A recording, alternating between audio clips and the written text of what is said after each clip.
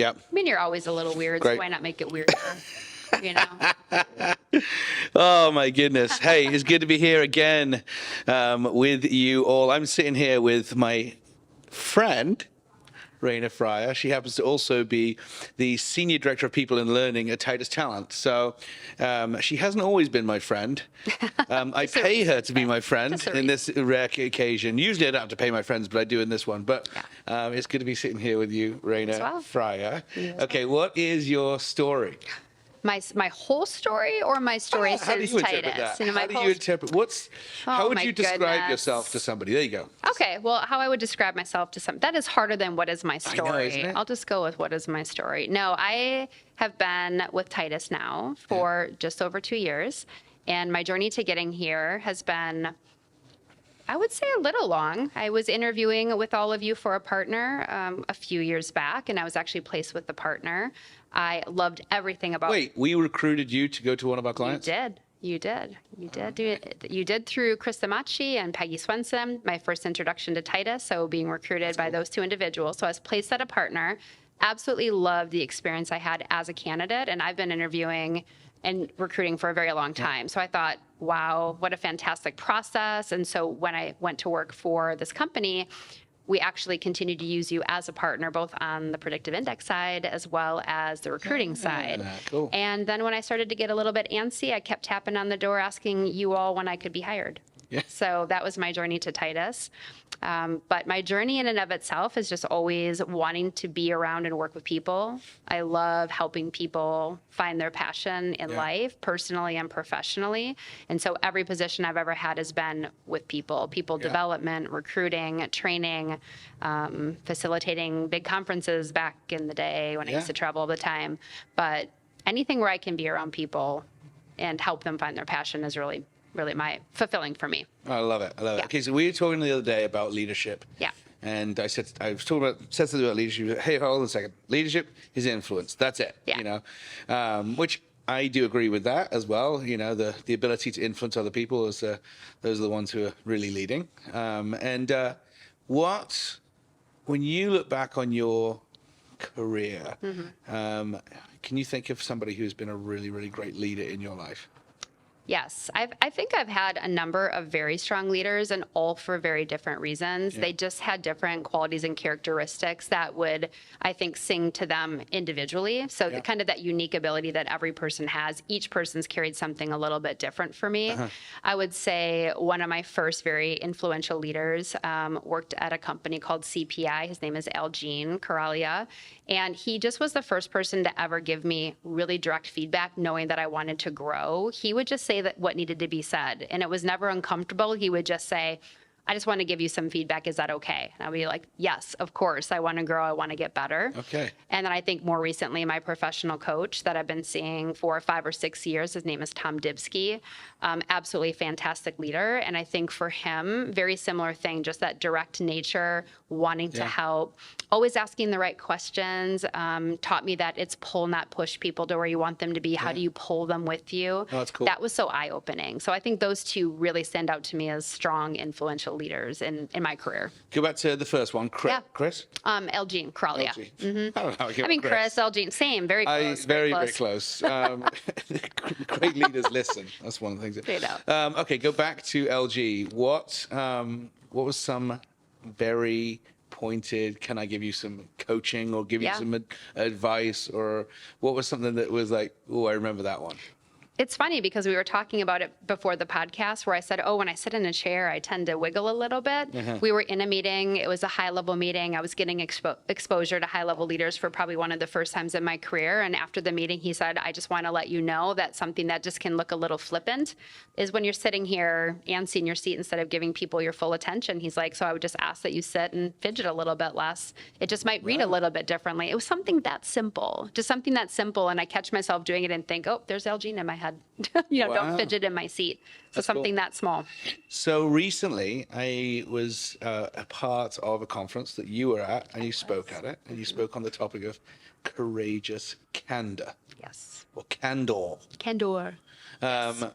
how did you introduce this topic? Where did it start for you? Yeah. Yeah. Well, I think we've started talking about it at Titus probably 6 to 8 months ago, maybe even a little longer, when I was reading a book called Radical Candor. Yeah. And we started talking about the idea that we can, in a lot of organizations, I'm not speaking Titus specifically, but we can create these sensitive cultures where if you give somebody information or feedback, what I like to call guidance, as you know, if you're giving somebody guidance, that it's hurtful to them.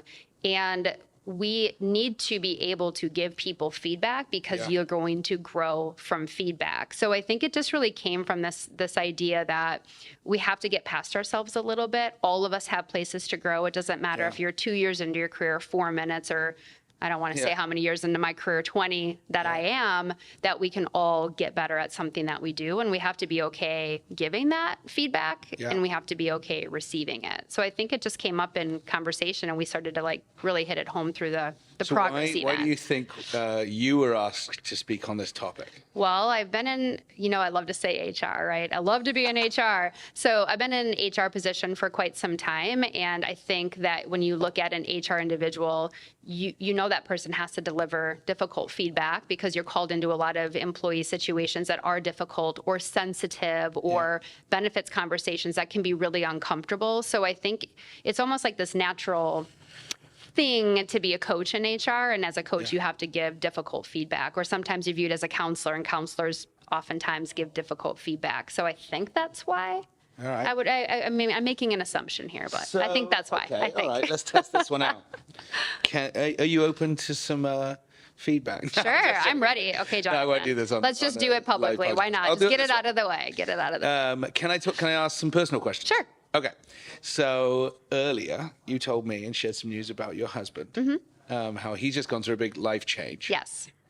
Give the little small story for the sake of everybody else. Sure. Because I want to probe around on that a little bit. Okay. Do you want me to tell the story about the fact that my husband retired and I didn't get to celebrate with him? That one. Oh, right that there. one, yes. Yeah. So my husband has been talking about retirement for a little bit. He is a firefighter, lieutenant firefighter, and is now at the end of his career with the fire department. He will still do something, you know. The man can't sit at home. So his last day. His last day was yesterday morning at 8 a.m. And I was feeling some kind of way, and I wasn't quite sure what the feelings were that were bubbling up. And I slept on it after being a little bit prickly. Prickly's a good word. Okay. The night before. And then I realized this morning that I really was just feeling like I didn't get to have the closure on the chapter. So I walked out of our bedroom. He always gets up an hour earlier than I am. I walk out and I say, you know why I was feeling so hurt and frustrated is because I feel like I didn't get closure on that big chapter of our life. Because your job is, it supported our family. And I feel like I didn't get to be a part of that. So I'm saying this in tears, but it's important that he hears it from me to understand. I don't want to be the person that's silently angry because it never gets you anywhere and it just causes more frustration. So I had the opportunity to be radically candid and courageously candid this morning. Oh, it was lovely. It was lovely. Sorry, I had to go there because I was thinking, that is a real, it's easy to stand up on a stage and talk about something. But what actually gets where I worked in private, like that is the real test. And like those are if I look back on my darkest moments, my biggest failings as a leader, it'd be those things that it's the stuff that's contrary to what I've said in public. Sure. You know, I'm like, like that is pain. I think every leader feels that way. The things that you're like, ooh, I should have said that, or I should have done that differently. Those little bubbles up for us. Yeah, and I think you're known as this radical, candid, courageous, candid person, especially in our environment, and for our clients who get coaching on how to do this better, how leaders need to get coaching on how to do this better. I think a lot of leaders feel like, I'm really self-aware. I hear a lot. Yeah. I'm so self-aware of how aware I am. Okay. You might be more self-aware than some people, but every one of us have blind spots. Yeah. And so the definition of a blind spot is you can't see it. That's right. So you need somebody in your life to actually be really candid. To tell you, always. Any blind spot that I have, any weakness that I've ever articulated that I have is probably because somebody told me. I'm sure of it. I didn't come to my own conclusion going, you know what, I did some self-reflection. I think I'm really weak in this area. It's actually because somebody was honest enough and loved me enough and cared for me enough to actually tell me the truth and say, you're ugly. No, I'm kidding. No one said that. Right. Ever. I mean, I don't think that most people would say that they heard something about themselves from another person. And then I think the most important thing is to then catch yourself in it so that you don't have to have that person repeat it over and over. I mean, my husband once told me I was particular, and I was like, well, what does that mean? He's like, oh, well, if I move something on the shelf and it's 2 inches too far to the right, you're going to go back and move it. And I didn't even realize I was doing it. It was just this habit of, I'm going to put that thing back where I would like that thing to put back. And I've had to learn over time to leave a dish in the sink. I'm sure Ron loves that as well. So I sometimes leave dishes in the sink, but it's amazing that it took somebody telling me I'm that exacting to just learn I had to just leave it be, let it go. So, okay, this is, I think, probably one of these big areas that we can all grow in being candid with one another, because I care enough, so I'm going to help you grow. Yeah. How do you be create an environment where you're a recipient of radical candor? Well, the biggest mistake people make when they are attempting to be candid is giving guidance or feedback before they've built the relationship. And so you have to create an environment where people feel safe, where you're building the relationship. I wouldn't walk up to you the first time I've met you and be like, I really hate that color on you. I wouldn't, I'm not going to say something like that. It's having the relationship that allows you to give the guidance and feedback in a way that's less hurtful, because the person then knows that you're looking out for them. You're saying it because you have a true care. You love to use the word intentional. I love that word. It's intentional care for the person to tell them something. I mean, we gave the silly example of, spinach in your teeth or the toilet paper streaming off your foot. And that's silly. It's the things that those are silly examples, but the things that are important to someone, you have to say them so they can get better. But you have to create the environment of safety, and the relationship has to be there before you can. They have to trust you. Totally. Yeah. That is really good. You just you said it's a silly example, but I was walking off a plane in the last month, and there was this lady in front of me had like probably 7 foot of toilet paper coming out of her pants. And were you courageously candid? Well, first of all, I wanted to take a photograph of it, but I actually tapped her walking up the ramp out of the airplane. I said, ma'am, I said, I just want to let you know. And I told her, and she's like, oh my gosh, this is so embarrassing. And I was like, well, I took some pictures. I said, I'm kidding, I didn't. But I said, if I was a little bit younger and less mature, I would have taken pictures. Yeah. She goes, well, thank you for not. And I was like, anyway, but I think, we definitely need people in our life who are going to be just bold and say something, like to help us not feel stupid or embarrassed. But also just creating those environments where people actually feel comfortable as leaders. How do leaders create environments? And one of the ways is talking about their weakness.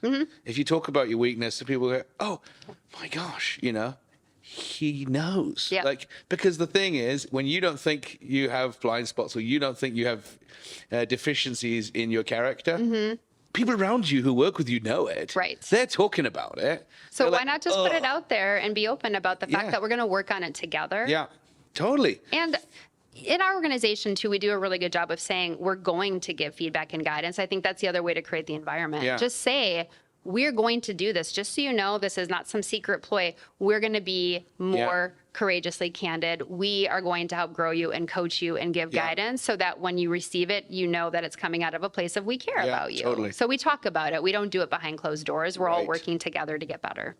I think that, one of the things we do is, sitting on our senior leadership team and to be able to say, hey, at this table, we're going to be really radically honest with one another, and it's not always going to feel comfortable, and it goes every direction. There's not like a hierarchy here. I was thinking back to a few years back with our executive team. I asked the question, I said, that's so Jonathan, I roll, fill in the blank. Like, what do people say in the negative way about me? You're not going to ask me to do that right now, are you? Yeah, go ahead. No. Prove it. No, but you can. And this is good. No. But there is, there is, right? There is a that's so Raina, and there's that's so Jonathan, and it's the stuff, the idiosyncrasies that they're humorous, but they're also irritating. Sure. Like those things, when we get to that point, it's like, hey, fill in the blanks for me. That's so Jonathan. It's just part. We just have to deal with it because that's who he is. But it's quite hard to work with. But at least they told you, right? So just at least knowing that people are aware of it, and you're thinking, okay, I can still work on that, and you can help me work on it. Yeah, and then I said that to a couple of individuals just in one-on-one. Like, hey, can you feel about help me out here? I want to know what my blind spots are, and then go to the next meeting like, hey, one of you kindly pointed out a blind spot I didn't see, and I want you to know I am starting to notice it. and I'm going to be working on it. But if you catch me doing this stuff, I don't want to do it anymore. Yeah, so like tell me. For me, it was humor. Like sarcastic, which is, I can defend. Oh, you're not sarcastic. I can say, oh, it's very British. It's very British. Like as if there's this like curtain or a wall around me where I'm not touchable because it's my cult. Like that. You can't hide behind this. It's demeaning to people. It cuts them down in front of other people, all this kind of thing. So I'm like, I'm really going to work on that. We fall back on that a lot. I mean, I used to do a lot of training with people in terms of the way they interact with others and how you act will influence the people around you. Yeah. And that was a fallback a lot. Well, I'm just sarcastic by nature. Okay, but how is that reading to the people around you? How are you influencing the people around you? So maybe that's part of who you are, but recognize the response of the people in the room. And then the defensive, like, well, they shouldn't get offended. Or they should. So we blame on telling them how they should everyone feel. else should, I'm like, hey, if you want to, that's fine if you want to be that person, but you're not going to grow as a leader in our organization unless you keep being intentional about growing in these areas and finding those blind spots. So I think there's a part here about blind spots and being radically candid and really working together with those things, creating environments where you can receive it and being somebody who's courageous and candid with one another. And if you need help on that, how can somebody get hold of you? Oh my goodness, we're going to blast all my information now. I mean, get a hold of Titus. I think there's so much that we're doing right now in terms of expanding our services. And one of the things we've been doing a lot is creating more content around what I would say is our expertise. We're in the talent space. We're a talent strategy organization. And I think what we do well is train others on how to take what I think we're doing well as an organization and bring it into their own. So get a hold of us if you're interested in some development for your employees and how do you create this culture where feedback is a gift. Love it. Yeah. Who, I asked our whole company this today, not for me personally, I said, ask somebody who's one person that you think I should know. I'll ask it in a different way. Who's one person you think I should interview here on this podcast? I mean, I told you Tom Dibsky, I mentioned his name earlier, but he has been my professional coach for many years. And there's just something so unique, I think, again, about somebody who comes in that you hire to be your coach, who's so comfortable giving you feedback and helping you grow. And they have no skin in the game. I mean, you're paying them. You're showing up when you want to, and you're going to leave that meeting doing or not doing the things they've asked you to do to grow yourself. But that individual is somebody who just pulled me to a new place in my career because they were so willing to push me and say that you can do it. And I think just had that belief in me, just barely knowing me, had the belief that if I did the right things, I could move myself ahead professionally and personally. That thing right there about belief in me, that somebody who's committed to you, they believed in you, and they're going to help you, but it's on you. Yeah. Like a fitness coach. Yeah. I can hire the best fitness coach in the world if I don't show up or I don't do the work or I'm not disciplined afterwards. I can't go, they suck as a coach. I mean, a great professional coach isn't going to say, hey, an 80 session package is a way to go here, because usually when you're coaching on something, it's a limited time frame you're working on something. Yeah. So you got to put the work in. Yeah. And they shouldn't be chasing you. You're setting up your next appointment. Mm-hmm. So Tom Dibsky. Dibsky, yes. Dibsky. Mm-hmm. Okay, you have to send me that information. Make the introduction. I'd love to have Tom on here. I will do that. All right, Raina Fryer, it is so good to have you on this podcast. And I will see you whenever I see you next. But it's good to be here.